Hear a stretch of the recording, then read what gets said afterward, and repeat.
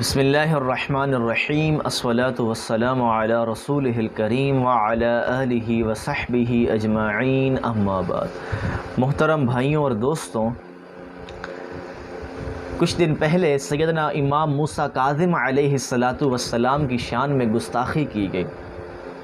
میں اس کا جواب دے چکا ہوں ایک لیکچر میں، لیکن آج کی مجلس میں دوبارہ سے اس ناسبی کو جواب دینا چاہوں گا، اور جو لوگ بھی امام موسیٰ کاظم علیہ السلام کے حوالے سے بدگمانی کا شکار ہیں، سوء ظن کا شکار ہیں، کوشش کروں گا کہ امام موسیٰ کاظم کی سیرت، آپ کے فضائل و مناقب کو نمایاں کر سکوں، چونکہ میں یہ سمجھتا ہوں کہ گستاخی جہالت کی بنیاد پر کی جاتی ہے، ناسمجھی کی بنیاد پر کی جاتی ہے۔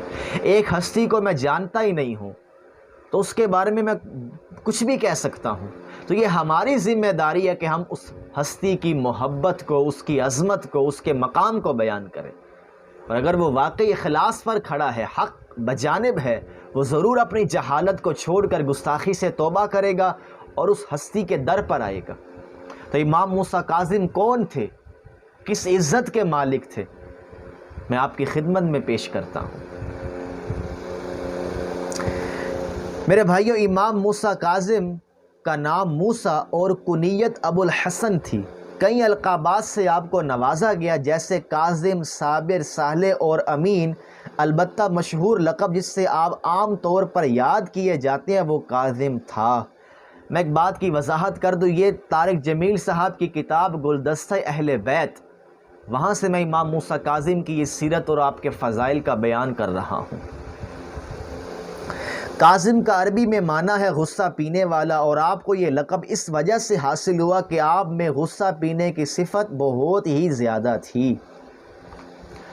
امام جعفر الصادق کے آپ صاحبزادے تھے، اور والدہ کا نام حمیدہ تھا، نسبت کے ساتھ حمیدہ بربریہ کہلاتی تھی۔ یہ ام ولد یعنی باندی تھی، اور صالح بربری کی ہمشیرہ تھیں۔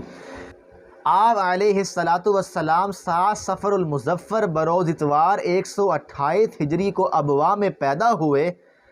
یہ وہی بستی ہے جس میں سرور دو عالم کی والدہ مائدہ سیدہ آمنہ بنت وہب کا انتقال ہوا، اور یہیں ان کی قبر ہے۔ حلیہ اور لباس، آپ کا رنگ تیز گندمی تھا، اور عربوں کا سا لباس زیب تن فرماتے تھے۔ انگوٹھی بھی پہنتے تھے جس پر الملک للہ وحدہ، یعنی بادشاہت صرف اللہ کی ہے، نقش تھا۔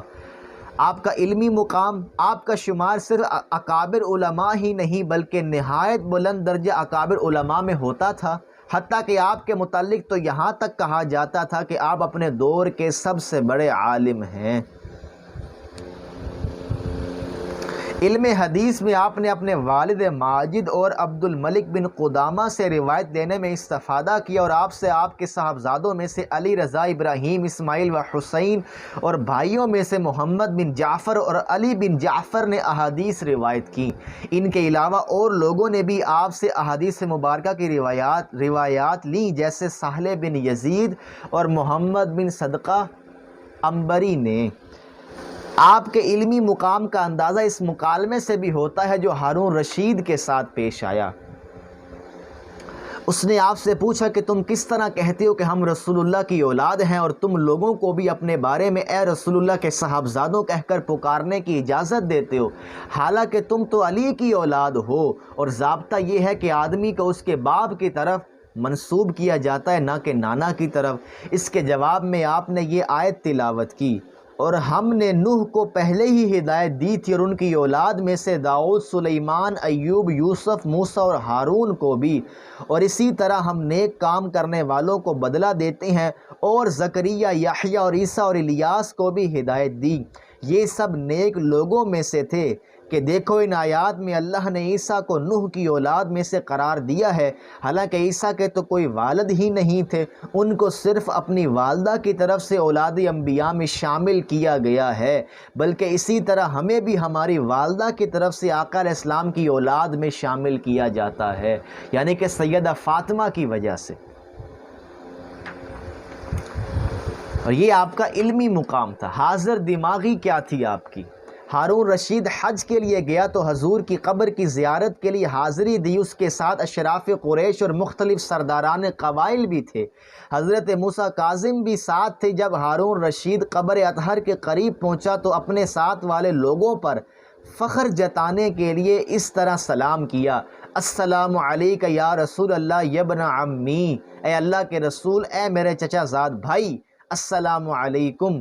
اس کے بعد حضرت موسیٰ کاظم قبر اطہر کی طرف بڑھے اور کہا، السلام علیک یا ابتی، اے ابا جان، السلام علیکم۔ یہ سن کر ہارون رشید کا رنگ فق ہو گیا اور آپ کو مخاطب کر کے کہنے لگا، اے ابو الحسن، واقعی یہ فخر کی بات ہے۔ امام موسیٰ کاظم نے کچھ نصیحت کی باتیں بھی کی ہیں۔ امام موسیٰ کاظم بیان کرتے ہیں، یہ انصاف نہیں ہے کہ دو آدمی کسی جرم میں شریک ہوں، پھر اس میں طاقتور کو تو چھوڑ دیا جائے اور کمزور کو سزا دی جائے۔ دشمن سے دور رہو اور دوست کے ساتھ بھی احتیاط سے رہو، کیونکہ دل کا کوئی پتہ نہیں کہ کس وقت بدل جائے۔ آپ نے ایک آدمی کو دیکھا کہ وہ موت کی تمنا کر رہا تھا۔ آپ نے اس سے پوچھا، کیا تمہارے اور اللہ کے درمیان کوئی ایسا تعلق ہے کہ جس کی وجہ سے اللہ تمہارے ساتھ آسانی اور نرمی والا معاملہ فرمائے؟ اس نے کہا نہیں۔ پھر پوچھا، کیا تم نے اتنی نیکیاں آگے بھیج دی ہیں جو تمہارے گناہوں سے بڑھ جائیں؟ کہا نہیں۔ فرمایا، پھر تم اپنی دائمی ہلاکت کی تمنا کر رہے ہو۔ یہ امام موسیٰ کاظم کی نصیحت والی باتیں ہیں۔ وفات، آپ نے 25 رجب بروز جمعہ 183 ہجری میں بغداد میں انتقال فرمایا، جبکہ آپ کی عمر 55 برس تھی۔ بغداد میں آپ کی قبر اب بھی مشہور ہے۔ صحیح بات یہ ہے کہ جیل کے اندر زہر دیے جانے سے آپ کا انتقال ہوا، یعنی شہادت کی موت آپ کو نصیب ہوئی۔ اس کا مختصر قصہ یہ ہے کہ ہارون الرشید آپ کو مدینہ سے بغداد لے آیا اور جیل میں قید کر دیا۔ ایک مدت تک آپ جیل میں رہے، بالآخر وہیں جیل کے اندر کھانے کی کسی چیز میں آپ کو زہر ملا کر دیا گیا، جس سے آپ کی طبیعت خراب ہو گئی اور بخار کی طرح کوئی کیفیت ہو گئی۔ آخر 3 روز بعد اسی زہر کے اثر سے جیل خانے کے اندر شہید ہو گئے۔ بعض کہتے ہیں کہ یحییٰ بن خالد برمکی نے ہارون الرشید کے حکم سے آپ کو زہر دیا تھا۔ اِنَّا لِلَّهِ وَإِنَّا إِلَيْهِ راجعون۔ آپ کے فضائل و خصائل، آپ اپنے زمانے کے سب سے بڑے عبادت گزار، سب سے بڑے عالم، سب سے زیادہ سخی اور سب سے زیادہ معزز انسان تھے۔ مسلمانوں کے صادق و معتمد امام تھے، اور اس کے ساتھ ساتھ اپنی ذات میں ایک نیک عابد، سخت سخی، متحمل مزاج اور عظیم المرتبت ہستی تھے۔ آپ قائدانہ صفات کے حامل ہونے کے علاوہ بلند درجہ عالم، فاضل، لوگوں کی محبوب شخصیت اور اللہ تعالیٰ کے مستجاب الدعوات بندے تھے۔ آپ اعلیٰ درجہ کی عقل و سمجھ کے مالک اور عبادت و تقوی سے مزین تھے۔ ذوق عبادت، آپ عبادت میں بہت زیادہ منہمک رہتے، لوگوں میں آپ کی عبادت مشہور تھی، اعمال صالحہ کو بہت پابندی سے نبھاتے، بے حد محنت و مجاہدہ کرتے، تہجد کا خصوصی اہتمام تھا، رات بھر نماز میں مشغول رہتے، کبھی لمبے لمبے سجدے کرتے اور کبھی قیام میں دیر تک کھڑے رہتے۔ اس کے ساتھ دن بھی عبادت سے خالی نہ رہتا، دن روزی اور صدقات میں گزرتا، یعنی رات کو آپ شب بیدار اور دن کو روزہ دار ہوتے۔ اس قدر عبادت، مجاہدوں اور شب بیداری سے آپ لوگوں میں عبد صالح کے خوبصورت لقب سے معروف ہو گئے، حتیٰ کہ آپ اپنے زمانے کے سب سے بڑے عبادت گزار سمجھے جاتے تھے۔ عبادت کا یہ عالم تھا کہ کثرت سجود سے آپ کے گھٹنے ایسے سخت ہو گئے تھے جیسے اونٹ کے ہوتے ہیں۔ چنانچہ سجدوں کی ان کثرت کے سبب اپنے جد امجد امام زین العابدین کی طرح آپ بھی ذو السفینات یعنی سخت گھٹنوں والے کے لقب سے یاد کیے جاتے تھے۔ تو بھائیوں اور دوستوں، یہ امام موسیٰ کاظم کے فضائل و مناقب، آپ کا علمی مقام و مرتبہ، آپ کی سیرت و سوانح کی چند باتیں آپ کے ساتھ شیئر کی ہیں۔ اللہ ان ناسبیوں کو ہدایت دے جو امام موسیٰ کاظم کے خلاف ہرزہ سرائی کرتے ہیں۔ وما علینا الا البلاغ۔